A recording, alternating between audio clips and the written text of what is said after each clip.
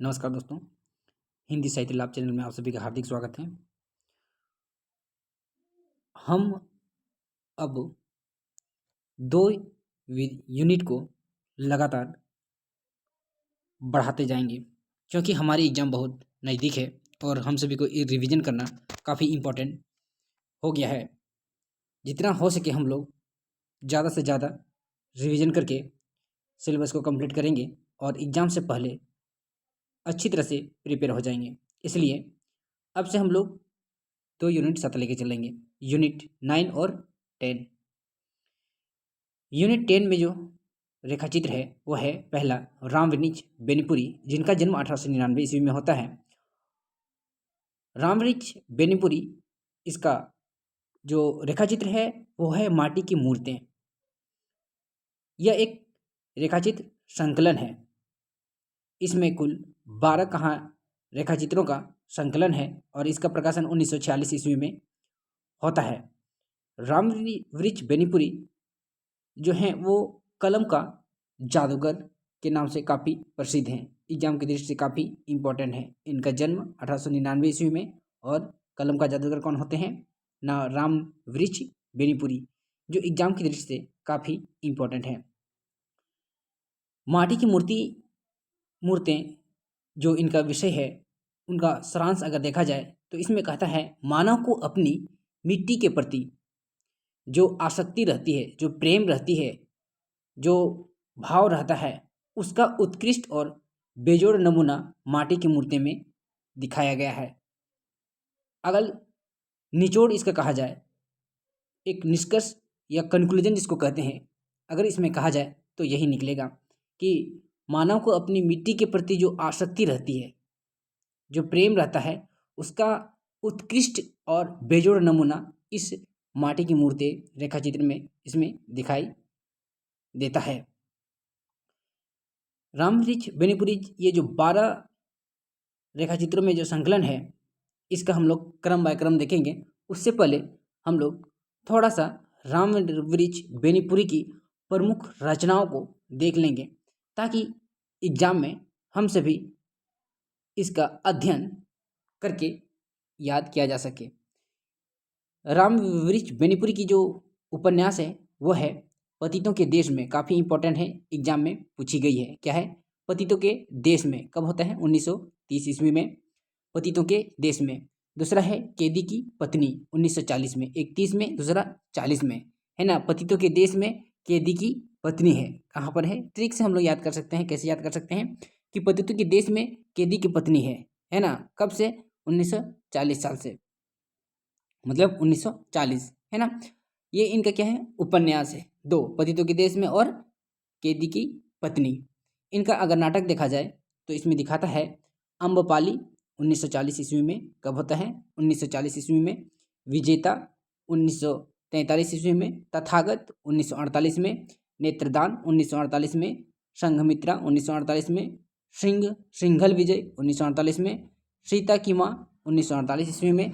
नया समाज, 1951 ईस्वी में।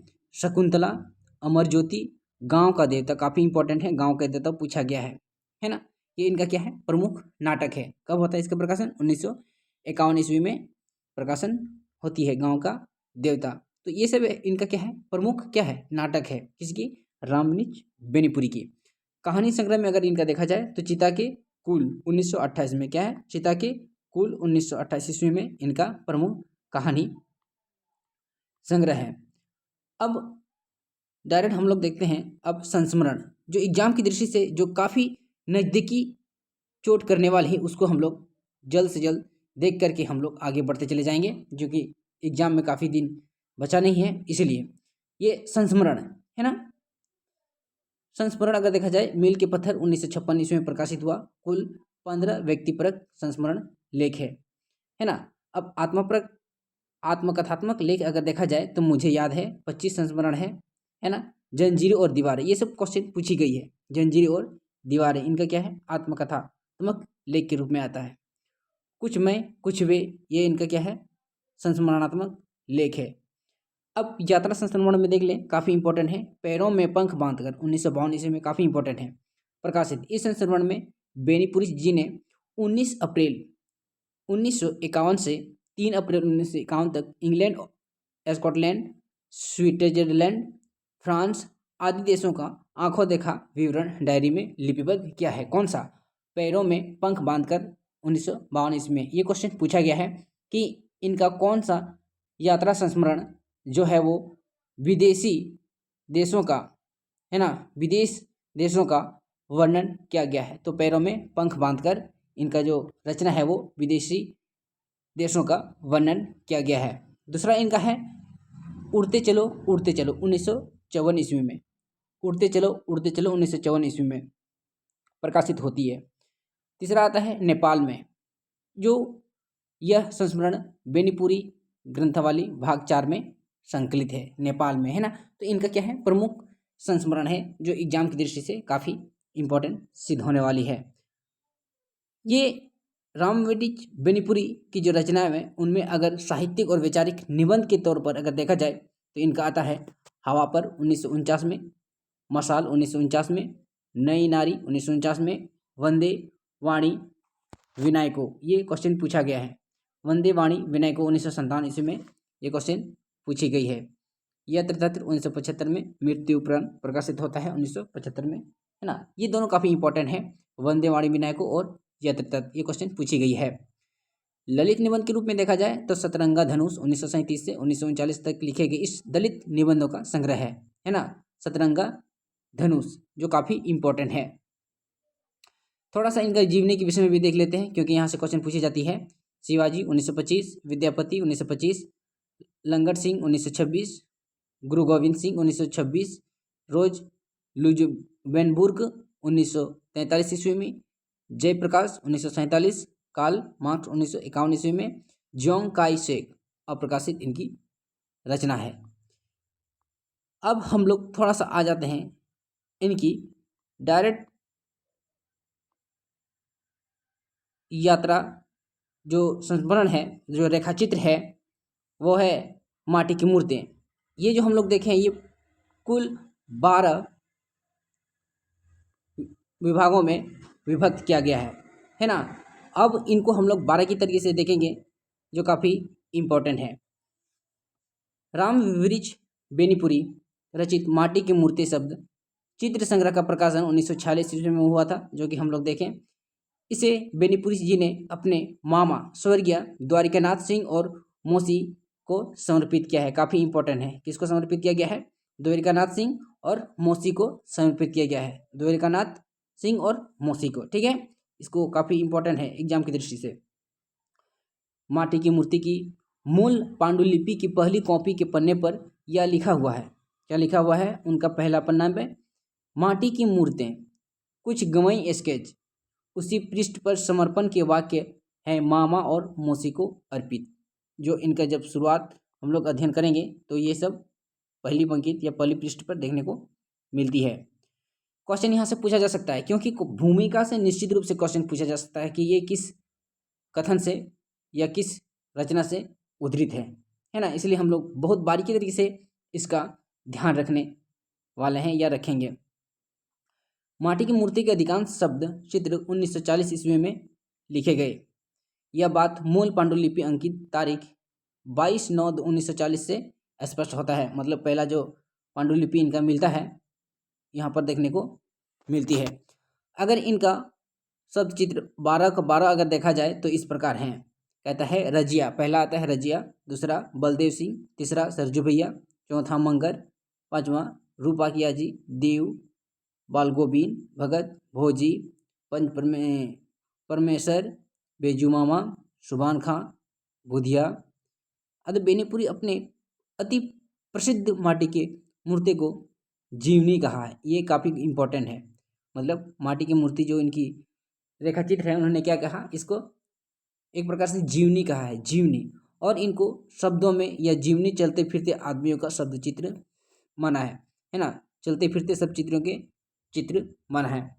अब हम लोग इनका उपशीर्षक जो 12 विभागों में विभक्त है उसको बहुत ही बारीकी तरीके से ध्यान रखेंगे और क्रमबद्ध से यहाँ से लगाने के लिए निश्चित रूप से आती है कि रजिया, बलदेव सिंह, सरजू भैया, इसको क्रम में लगाने के लिए कहता है। और ये भी ध्यान रखेंगे इसमें कि कौन सा पात्र का क्या भूमिका रहता है और अगला पात्र से उसका क्या संबंध रहता है, क्या रिश्ता रहता है, उसका क्या रिलेटिव रहता है। ठीक है, पहला है रजिया। रजिया शब्द चित्र पात्र रजिया की माँ, रजिया मौसी समय लेखक है। रजिया के खम्बिद हसन आदि। रजिया शीर्षक चरित्र कथा के गांव की चूड़ीहारिन रजिया के ग्रामीण सौंदर्य, भोलापन और अल्हड़पन से लेकर उसके जीवन संघर्ष का तक मार्मिक चित्र प्रस्तुत किया गया है। क्या किया गया है? एक प्रकार से रजिया क्या काम करती है? चूड़ीहारिन का काम करती है। काफ़ी इंपॉर्टेंट है, प्रीवियस में पूछी भी गई है। ग्रामीण जीवन की सादगी, गांव का जो जीवन शैली रहता है वो सादगी रहती है। निश्चलता, आपसदारी और सांप्रदायिक एकता की मिसाल है रजिया। मतलब गांव में जो चूड़ी बेचने के लिए जाती है वो हमेशा सादगी, एकदम नॉर्मल रहती है, अच्छी बोलचाल और निश्चल मतलब बिना छल कपट के रहती है। आपसदारी, आपसदारी का मतलब है मिलजुल के रहने वाली। सांप्रदायिक एकता, सबको मिलजुल के साथ ले जाने वाली व्यवहार रहता है किसका? रजिया का। रजिया क्या करती है? चूड़ी बेचती है। ठीक है, इसको ध्यान में रखेंगे। रजिया की माँ ने मजाक में रजिया की ओर इशारा करते हुए लेखक से कहा था, इससे ब्याह करेगा, है ना। तो ये भी क्वेश्चन पूछा जा सकता है कि उसकी माँ ने मजाक में किसकी ओर इशारा करके कहा था? तो लेखक से कहा था। ठीक है, रजिया की शादी हसन से होती है, बहुत इंपॉर्टेंट है। किससे होती है? हसन से होती है, जो रजिया के साथ चूड़ी बेचने का काम करता है। क्वेश्चन पूछ सकता है कि चूड़ी बेचने जो रजिया रहती है उसके साथ कौन जाता है? तो हसन जाते हैं। ठीक है, इसको हम लोग छोटी छोटी बातें हैं जो काफ़ी इंपॉर्टेंट सिद्ध होने वाली है हम सभी का एग्जाम की दृष्टि या व्यू से। ठीक है, लंबे समय के बाद लेखक की रजिया भेंट पटना सिटी में होती है जहां वे सामान खरीदने गई थी। इस शब्द चित्र में लेखक समय बीतने पर बड़ा नेता बनकर एक बार रजिया के गांव आता है। कौन? लेखक। और रजिया की पोती उन्हें दादी से मिलाने के लिए ले जाती है। रजिया बूढ़ी हो चली है, उसका पति हसन मर चुका है, उसका 3 बेटे हैं। कितना बेटे? 3। काफ़ी इंपॉर्टेंट है। बड़ा बेटा कलकत्ता में कमाता है। कहाँ? कलकत्ता में। ये सब छोटी छोटी बातें हैं लेकिन काफ़ी मोटी बातें हैं। दूसरी, पुश्तैनी पेशे में लगा है और तीसरा शहर में पढ़ रहा है। पहला बात तो ये कितने मतलब इनका बेटा रहता है या फिर बाल बच्चा रहता है? 3, है ना। काफ़ी इंपॉर्टेंट है। इस शब्द चित्र में आई मौसी वस्तुतः लेखक के वास्तविक जीवन की मौसी के ही रूप हैं। मतलब जो लेखक हैं उसी का वस्तुतः ये मौसी के रूप में इसको रिलेटेड करके इसमें पात्र दिखाया गया है, जो इनका पालन पोषण करती है। क्या करती है? पालन पोषण करती है। बचपन में अपनी माँ के साथ आई रजिया को लेखक की मौसी छठ व्रत का प्रसाद ठेकुआ और कसार देती है। ये क्वेश्चन तो पूछा गया है। क्या पूछा गया है कि उसको क्या देता है?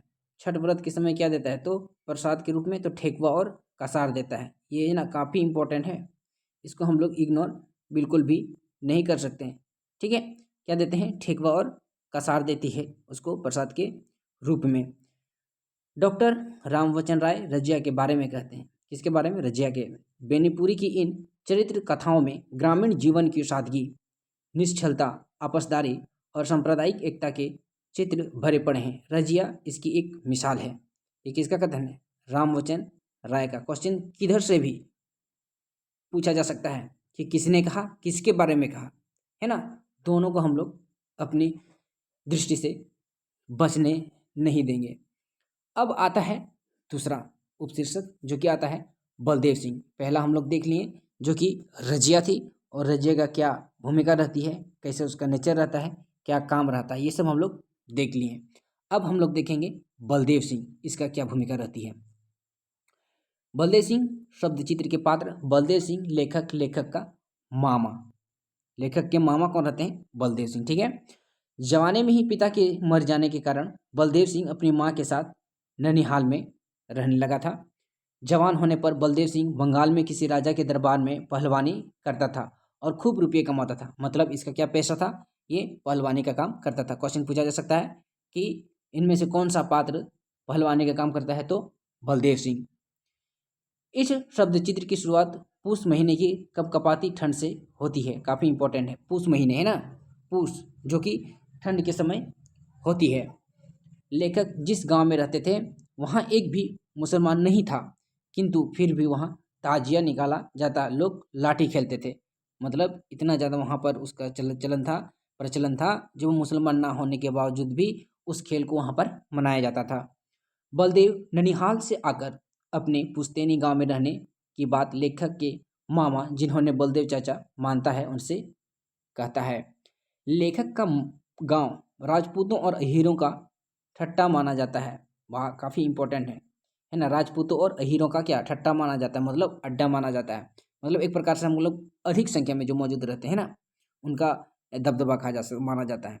राजपूतों को अगर राम की शान, तो ग्वालों में कृष्ण की यादवी आन बान इसका रहती है। बिशनपुर गांव में दो सगे भाइयों के बीच आम के पेड़ लदे को लेकर खूनी जंग शुरू होता है और बलदेव बड़े भाई पक्ष को से लड़ता है। बलदेव सिंह अबला विधवा की जमीन और अस्तित्व की रक्षा में खुद को बलिदान कर देता है ना। विधवा जो रहती है अबला, उसके पक्ष में लड़कर मतलब एक प्रकार से स्वाभिमानी रहता है, साथ ही दूसरों को हित करने का जो सत्य रहता है उसके साथ लड़ने के लिए हमेशा तैयार रहता है। कौन? बलदेव सिंह। बलदेव सिंह शब्द चित्र की अंतिम पंक्ति बड़ी मार्मिक थी। उनका क्या है?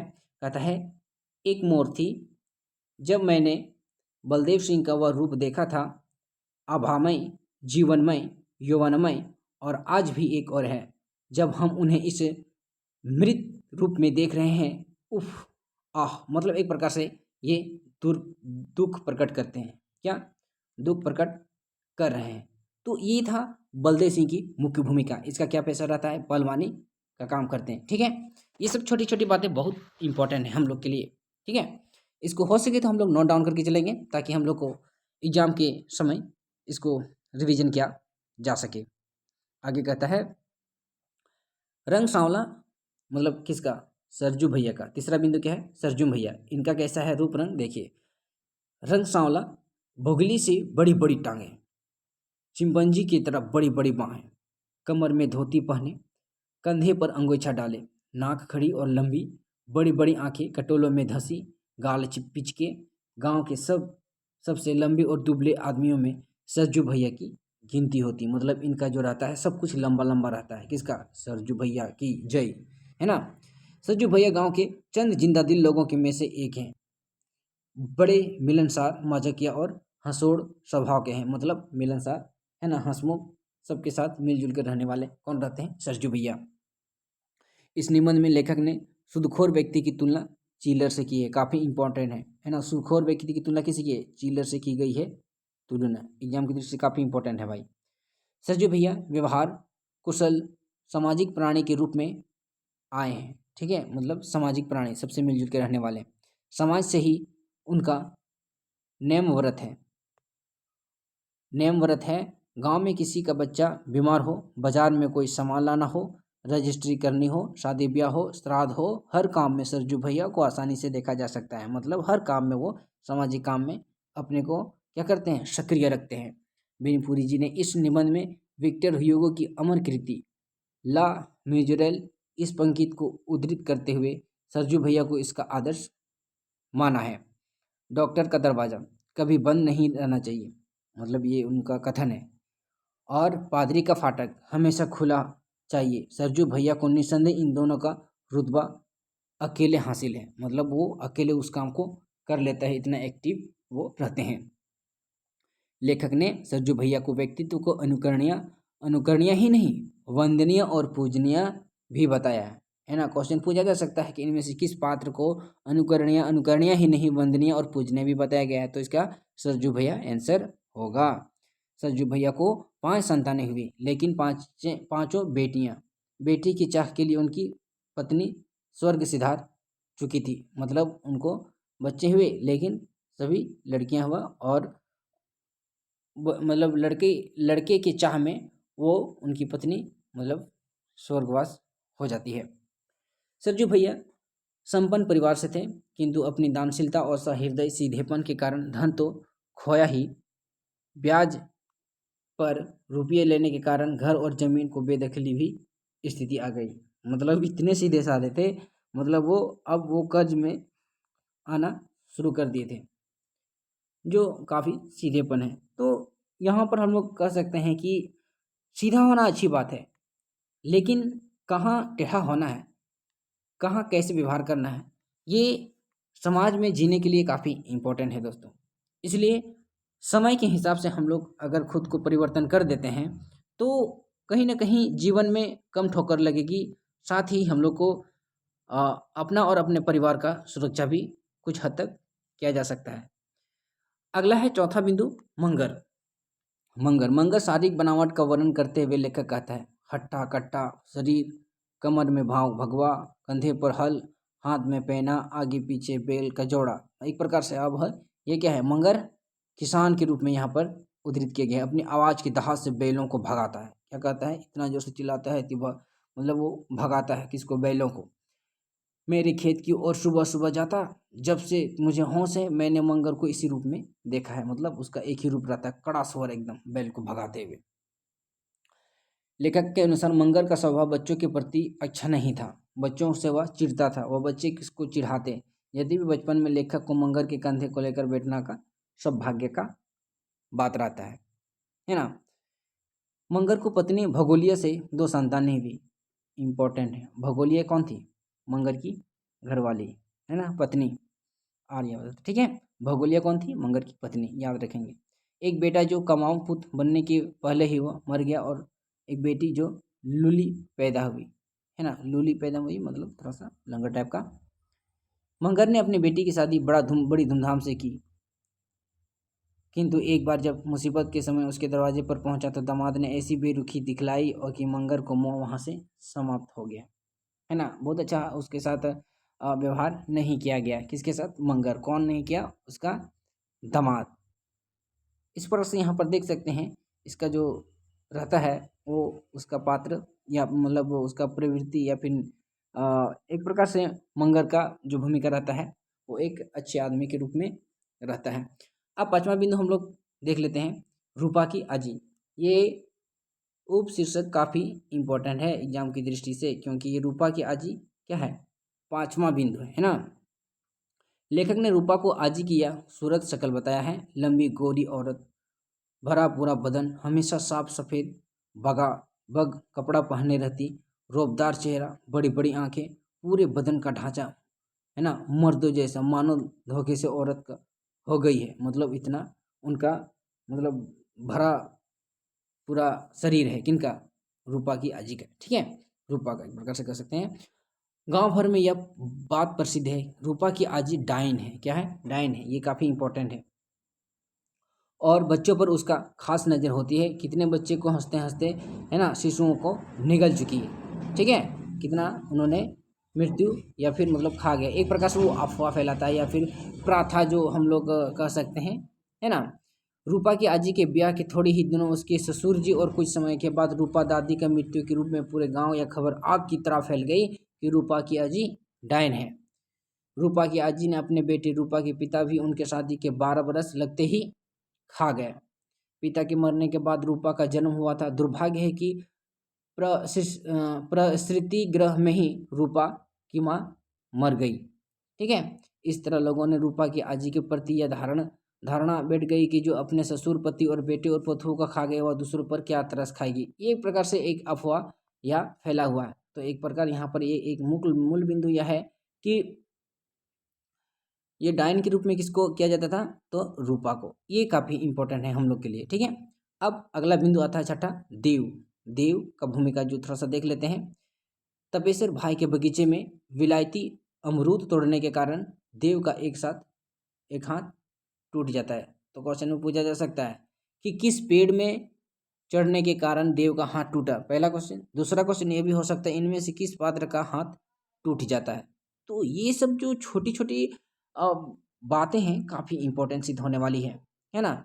और सारांश या फिर मूल एक एक लाइन पढ़ने का मतलब हम सभी का यही है कि हम लोग छोटी छोटी बातों को ध्यान रखेंगे, ठीक है दोस्तों। आगे है, देव एक बार जन्माष्टमी व्रत रखने के लिए क्रम में एक पेड़ पर फल ढाके गेहवन सांप को भी अकेले ही मार डालता है। मतलब इतना हिम्मती या साहसी रहता है तो गेहवन सांप को मार देता है। कौन? देव। देव को समाज के लोग हिकारत भी भर दृष्टि से देखते हैं, बदचलन और चरित्रहीन बातें बताते, किंतु लेखक ऐसा नहीं मानते। मतलब गांव के लोग उसको थोड़ा सा गंदी दृष्टि से मानते हैं उसको, लेकिन लेखक इस चीज को वो मानते नहीं। मतलब कहते हैं कि देव अच्छे हैं। लेखक के कहने पर देव खादी पहनने लगा और क्रांतिकारी बन जाता है। क्वेश्चन पूछा जा सकता है कि लेखक है ना, मतलब ये खादी कौन पहनता है और क्रांतिकारी कौन बन जाता है? तो देव। क्या पहन के? खादी बन के वो क्रांतिकारी बन जाता है। कौन? देव। देव अपने सत्याग्रहों टोलियों के साथ सरकार को परेशान कर रखा है। कांग्रेस बुलेटिन रोज उसकी चर्चा होती है। मतलब इतना उसका बात फैला दिया गया है जो कि अब वो थोड़ा थोड़ा दिक्कत में पैदा कर दिया गया है उसके प्रति समाज ने। देव एक दिन पुलिस के हाथे चढ़ जाता है। मतलब इतना उसके ऊपर अफवाह फैलाया गया है कि उसके मतलब पकड़ में आ जाता है और उसकी इतनी पिटाई होती है कि वो मरणासन हो जाता है। मतलब मरने के समान हो जाता है। समासस देव का चरित्र जो शुरुआती में बहादुरी के साथ शरारती से युक्त है, बाद में देश हित के लिए मर मिटता है। मतलब जो पहले शरारत के साथ अपना काम करते थे, अब जैसे जैसे समय बढ़ता है वैसे ही देव क्या कहते हैं, देश के हित के लिए अपने को न्यौछावर कर देते हैं और वो मर मिटने तक तैयार हो जाते हैं। सातवां बिंदु है बाल गोविंद भगत। क्या है? सातवां। ठीक है, ये सब हम लोग रखेंगे कि ये उपशीर्षक किस नंबर में आता है।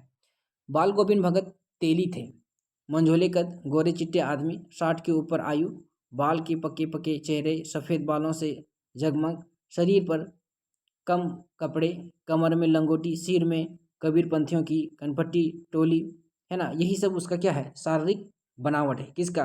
बाल गोविंद भगत का। लेखक तेली के बारे में कहते हैं, तेली जिसका मुंह देखने के बाद यात्रा सुफल नहीं होता, मतलब अशुभ हो जाता है। ऐसी व्यवस्था दे रखी थी कि हमारे समाज ने तेलिया मसान या घृणास्पद जुड़ा था। मतलब एक प्रकार से यहाँ पर अफवाह के साथ इसको बनाया गया था। बाल गोविंद भगत कबीरपंथी थे, कबीरपंथी को साहिब मानते थे। काफ़ी इंपॉर्टेंट है ना। इनमें से पूछा सकता है कबीरपंथी कौन थे? तो बाल गोविंद भगत रहते हैं जो कबीरपंथी रहते हैं और उसको साहब मानते हैं। बाल गोविंद भगत खेती बाड़ी करते हैं, परिवार भी रखे हुए हैं थे और साधु की सब परिभाषाओं से खरे उतरने वाले थे। मतलब एकदम स्वाभिमान के साथ जीने वाला। बाल गोविंद भगत में आषाढ़ की रिमझिम महीना, भादों की अंधेरी अधरतिया, कार्तिक फागुन और गर्मी की चर्चा किसमें की गई है? बाल गोविंद भगत में की गई है। भादों की अंधरतिया में बाल गोविंद भगत की गीत गाता है। अच्छा, ये काफ़ी इंपॉर्टेंट है क्योंकि अब एग्ज़ाम जो है ना काफ़ी डिफ़िकल्ट हो गया है और एकदम बारीकी से बारीकी अंदरूनी से क्वेश्चन पूछ देता है। देखिए कौन सा गीत है। गोदी में पेवा, चमक उठे सखिया, चिहुक उठे ना, और तेरी गठरी में लगा चोर मुसाफिर जाग जरा। काफ़ी इंपॉर्टेंट है। क्वेश्चन पूछा जा सकता है किस रेखाचित्र से उद्धृत है या फिर इनमें से किस पात्र का ये कथन है या गीत है। इस चीज़ को यहाँ पर इस चीज़ को दिखाया गया है। बाल गोविंद भगत कार्तिक में फागुन महीने तक प्रभातियाँ गाता और गर्मी के दिनों में सांझा गाकर उस भरी शाम को शीतल बना देता। यहाँ पर ये कह सकते हैं कि गाना कौन गाता है? ये बाल गोविंद भगत। ये काफ़ी इंपॉर्टेंट है। बाल गोविंद भगत की संगीत साधना का चरम उत्कर्ष उस दिन देखा गया जिस दिन उसका इकलौता बेटा मरा था। मतलब इतने दुख के बाद भी वो गाता है तो उसके प्रति जो निष्ठा रहती है उसको देखने को उस दिन मिल जाता है। बाल गोविंद भगत बेटा कुछ सुस्त और बौदा सा गया था। बड़ी सास से उसने शादी कराई। पतहू और बड़ी ही सुभग और सुशीला मिली थी। भगत की बेटे की शुभ अग्नि पतहू से दिलवाता और क्रियाक्रम के बाद पतहू को भाई संग सदा के लिए मायके भेज देता है। मतलब बाल गोविंद भगत एक ऐसे पात्र रहते हैं जो पुरानी परंपराओं को नहीं मानते हैं। तो यहाँ कैसे? यहाँ पर वो जब उनका बेटा का देहांत हो जाता है तो उनका जो पोतू रहती है उससे अग्नि दिलवाता है। साथ ही उसको यह सलाह दी जाती है कि आप बेटा दूसरे से आप शादी कर लीजिए, है ना। वो मतलब वो छूट देता है बाल गोविंद भगत अपने पोतू को। ठीक है। बाल गोविंद भगत हर वर्ष गंगा स्नान करने जाते, यद्यपि स्नान पर उतनी आस्था नहीं रखते जितना संत समागम और लोक दर्शन पर। बाल गोविंद भगत बुढ़ापे में भी ताश कोर्स दूर पैदल गंगा स्नान करने जाते। दोनों जून गीत स्नान ध्यान खेतीबाड़ी आदि करते, अतः एक दिन बीमार पड़े और सदा के लिए दुनिया से विदा हो जाते हैं। अब आता है भोजी, जो 8वां नंबर में इसका आता है। लेखक पहली बार पालकी में तब बैठा जब भैया की शादी हो रही थी और वह सहबाला बना था। शादी के लेखक के फूफा जो चंपारण में रहने वाले थे, बड़े बड़े बाल पर सराहतियों से किसी ने भद्दा मजाक कर दिया कि फिर लड़ाई इस कदर बढ़ी कि सभी बाराती भागने पर मजबूर हो गए और फिर किसी तरह शादी हुई। लेखक के बाबा ने कहा था कि बुरी जगह पोते की शादी की है, भगवान इनकी छाप से इनकी बाल बच्चों को बचाए रहे, है ना। इस चित्र को जेठानी को सास नंबर 2 कहा गया है। देखिए काफ़ी इंपॉर्टेंट है ये क्वेश्चन। अब ऐसा लगता है कि क्वेश्चन एकदम तुरंत आ जाए, है ना। तो जेठानी को सास नंबर 2 कहा गया है। देखिए कितनी बड़ी बात, या कितनी इंपॉर्टेंट है एग्जाम की दृष्टि से, ठीक है। जेठानी को सास नंबर 2 कहा गया, किसको? जेठानी को। लेखक घर आए नई भाभी के साथ खूब हिल मिल गए। भाभी भी इन बड़ा ख्याल रखती थी। होली में गांव भर के हम उम्र लड़कों के साथ लेखक भाभी के साथ होली खेलते, मतलब सब मिलजुल के रहते हैं, हंसी मजाक करते हैं। भाभी का दर्जा माता का है, यह बात लेखक नई रोशनी पुस्तक में पढ़ा था। भाभी का क्या दर्जा रहता है? वो माता का दर्जा रहता है। समय बीतने पर लेखक पढ़ने बाहर चले गए। इधर घर में बंटवारा हो चुका था। हमेशा यह कला माहौल भी बना रहता। 10 बरस पूर्व जिस भाभी ने मुख से मधुवाणी टपकती थी, अब उसी को बारूदी ज्वाला निकलने लगी। मतलब समय के साथ वो अब दोनों के बीच में दरार आने शुरू हो जाता है। भौजी के तीखे तेवर का शिकार या देवर लेखक किसी भी होता है, अंततः वह घर छोड़ अलग घर बनाकर सपरिवार रहता है, किंतु वह भी भाभी कभी कभी आ धमक जाती है, मतलब आ जाती है। लेखक भौजी के बारे में कहता है, क्या कहता है? किसके बारे में? भौजी। वह हमें गालियां देती, हमारी जिंदगी हराम किए रहती है।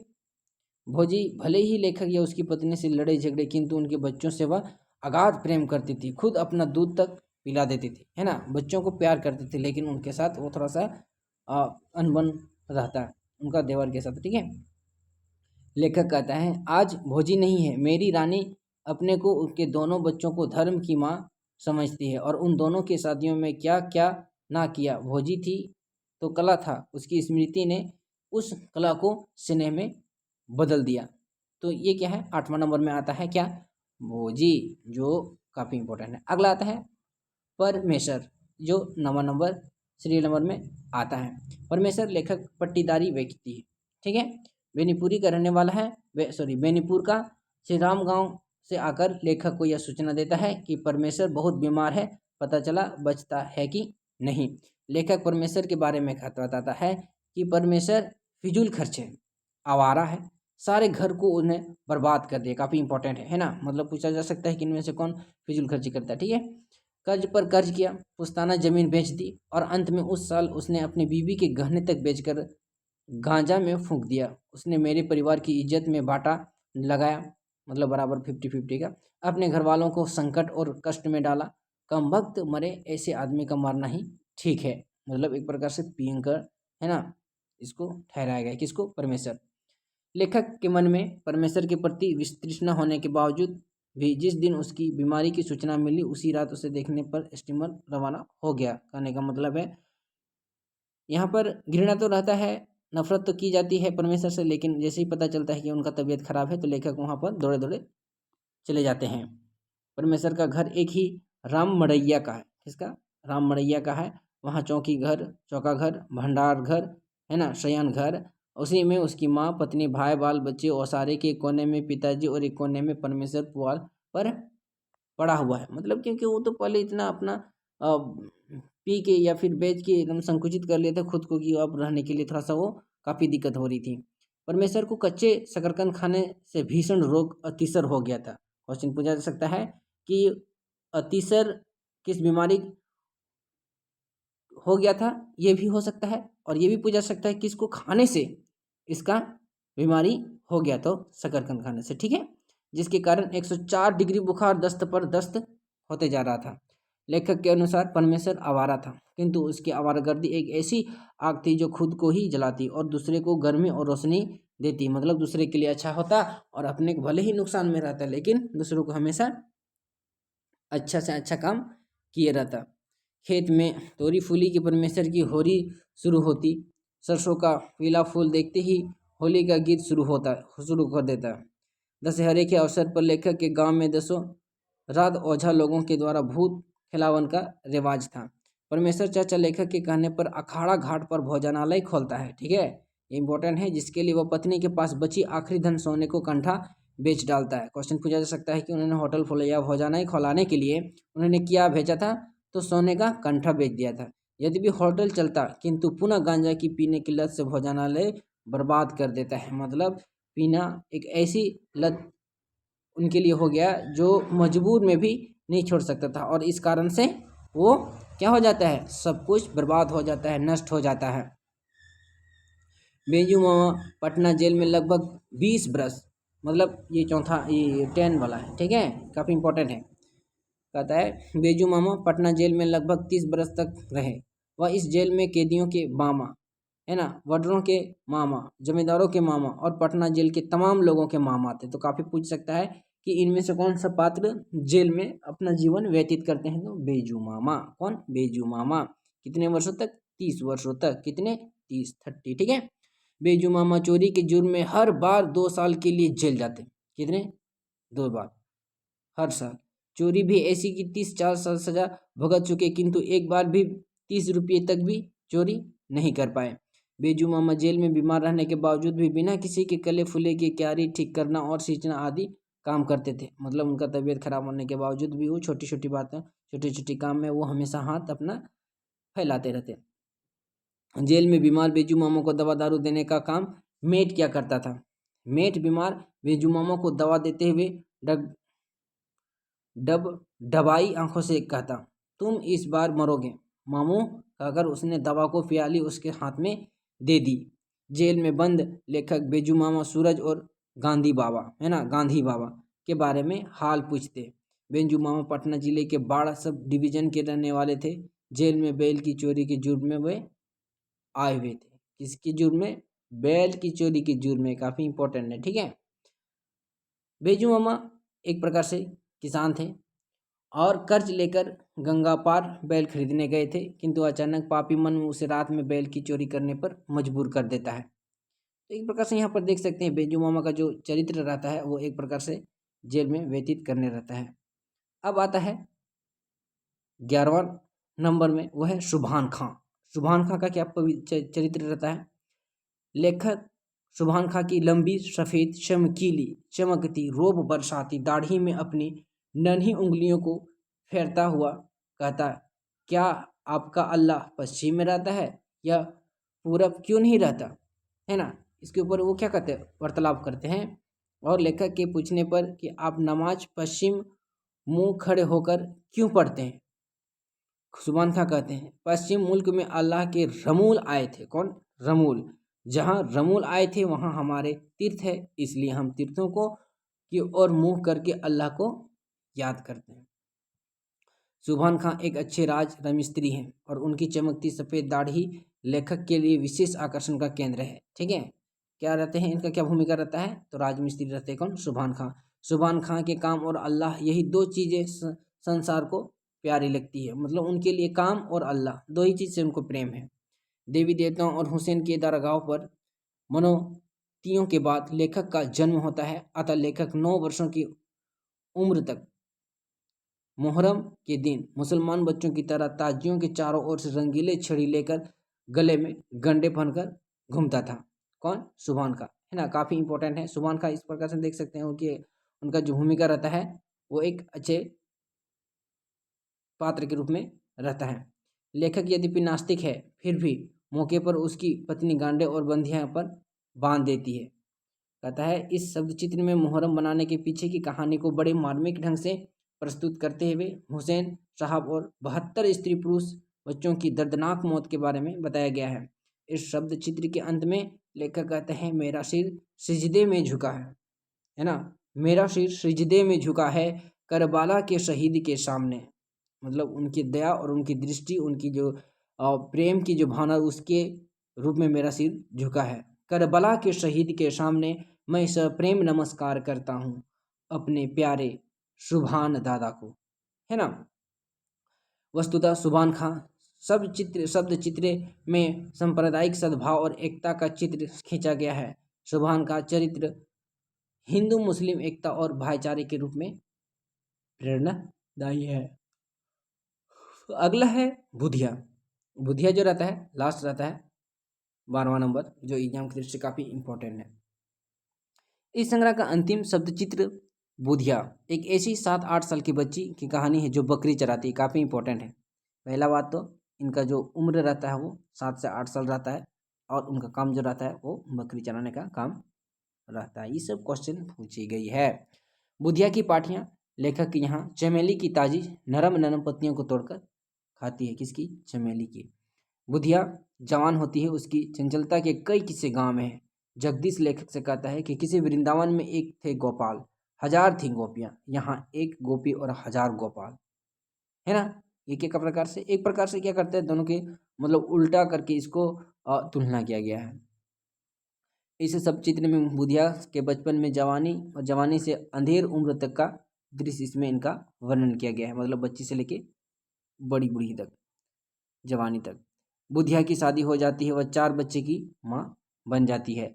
खेत में गेहूं काटने और बीनने के दौरान बुधिया की अंतिम भेंट लेखक से होती है। बुधिया को पति संग गेहूं का बोझ बांधते हुए देख लेखक स्तब्ध रहता है, मतलब हैरान रहता है। अब उसमें कोई चंचलता नहीं है, शारीरिक और सौंदर्य भी नहीं रहा। पहले जो इतनी चंचलता के साथ रहती थी, अब वो एकदम शांत स्वभाव से हो गई है। लेखक बुधिया के श्रीहीन सौंदर्य को देख कहते हैं बरसात बीत गई। लेखक कहते हैं जब पहली वाली जो उनकी सौंदर्यीकरण को देखते हैं और अभी वाला जो देखते हैं तो दोनों के बीच में याद आता है और कहते हैं बरसात बीत गई, बाढ़ खत्म हो गई, अब नदी अपनी धारा में है, शांति गति से बहती है, ना बाढ़ है ना हाहाकार है, कीचड़ और खरपात का नाम निशान नहीं, शांत स्निग्ध गंगा मेरे सामने महान मातृत्व और वंदनीय आश्चर्य, है ना। एक प्रकार से उनके ऊपर जो परिवर्तन आया है उस चीज को यहाँ पर वो दिखाते हैं। अब मुख्य कथन पर दृष्टि डालते हैं। इसमें कहता है रजिया, रजिया का जो रहता है, रजिया किसी माँ किसी जमाने में क्या कुछ कम रही होगी। खंडहर कहता है इमारत शानदार थी। अब ऐसे में भी गांव है जहां हिंदू मुसलमान के हाथ में सौदे नहीं खरीदते। करने का मतलब है रजिया जो चूड़ी बेचती थी ना, अब समय वो मिलनसार थी, सबको अच्छा खासा हंसनुमा के रूप में रहती थी। लेकिन अब धीरे धीरे समय बदलने लगा है, बिजनेस को अब कठोर के साथ बेचा जाता है, इज्जत दी नहीं जाती है ना। अब बलदेव सिंह का क्या कथन रहता है, इसमें कहता है उन दिनों हिंदू मुसलमानों की तनातनी नहीं थी, दोनों दूध चीनी की तरह घुले मिले थे। हिंदू की होली में मुसलमान की दाढ़ी रंगी होती, मुसलमानों की तजिए में हिंदू के रूप में कंधे के रूप में दिखाई देने लगते। जिस दिन वह आया हमें आश्चर्य हुआ कि जिस दिन वह गया वह स्तब्ध रह गए। धन्य है वह नारी जिसे ऐसा पति मिला, अगले जन्म में हे भगवान मुझे बलदेव सिंह की दासी बनाना। तो ये सब क्या है, मुख्य कथन है जो हम लोग ऊपरी तौर पर देख लिए थे। जैसे मंगर के लिए जो बैल की नहीं साक्षात महादेव मानते हैं। क्या मानते हैं? महादेव मानते हैं। किसको? बैल को। कौन? मंगर। सुखी हाट ठाठ भरी सब अब लदबद है व्यापारी के रूप में दिखाई देते हैं। अब इनका जो कथन है, मर्दों की अपेक्षा औरत अपने को परिस्थिति के सांचे और ज्यादा जल्द ढाल सकती है। काफी इंपॉर्टेंट है, पूछी भी गई है, ठीक है, जो एग्जाम की दृष्टि से काफी इंपॉर्टेंट है। अगला है रूपा की आजी, जो इसमें देखिए डायन पहले घर से ही स्वाहा करती हुई इसका रूप दिखाया गया है। अब इनका जो ऊपरी तौर पर हम लोग देख ही लिए हैं, तो अब ये जो रहता है माटी की मूर्ति, इसके विषय में विद्वानों को अलग अलग राय भी प्रदान की गई है, जो काफ़ी इम्पोर्टेंट कुछ कुछ हैं, लेकिन कुछ देख लेते हैं। पहला है रामवृक्ष बिनपुरी की मूर्ति जीवनीय बताते हुए कहते हैं, मैं साफ कह दूं ये कहानियां नहीं जीवनियां हैं और ये चलते चलते आदमियों के शब्द चित्र है। मानता हूं कला ने उन पर पच्चीकारी की है, किंतु मैंने ऐसा नहीं होने दिया है कि रंग रंग में मूल रेखाएं ही गायब हो जाए। मैंने उसे अच्छा रसोइया नहीं समझता जो इतना मसाला रख दे कि सब्जी का मूल स्वाद ही नष्ट कर दे। ये क्या कौन कहते हैं? रामवृक्ष बेनीपुरी स्वयं कहते हैं अपने लेखक के विषय में, जो काफ़ी इंपॉर्टेंट है और कितनी बार भी एग्जाम में आ चुकी है। ठीक है दोस्तों, तो ये था दोस्तों आज का हम लोग का प्रमुख और एग्जाम की दृष्टि से काफ़ी इंपॉर्टेंट। तो अगर ये वीडियो आपके लिए लाभदायक है तो please like comment and subscribe कर दें। साथ ही साथ अपना राय जरूर दें ताकि हम बेहतर से बेहतर वीडियो आप सभी के बीच में ला सकूं और अच्छा प्रदर्शन करके एक बेहतर सहायक के रूप में आ सकूं। तब तक के लिए फिर मिलेंगे। धन्यवाद।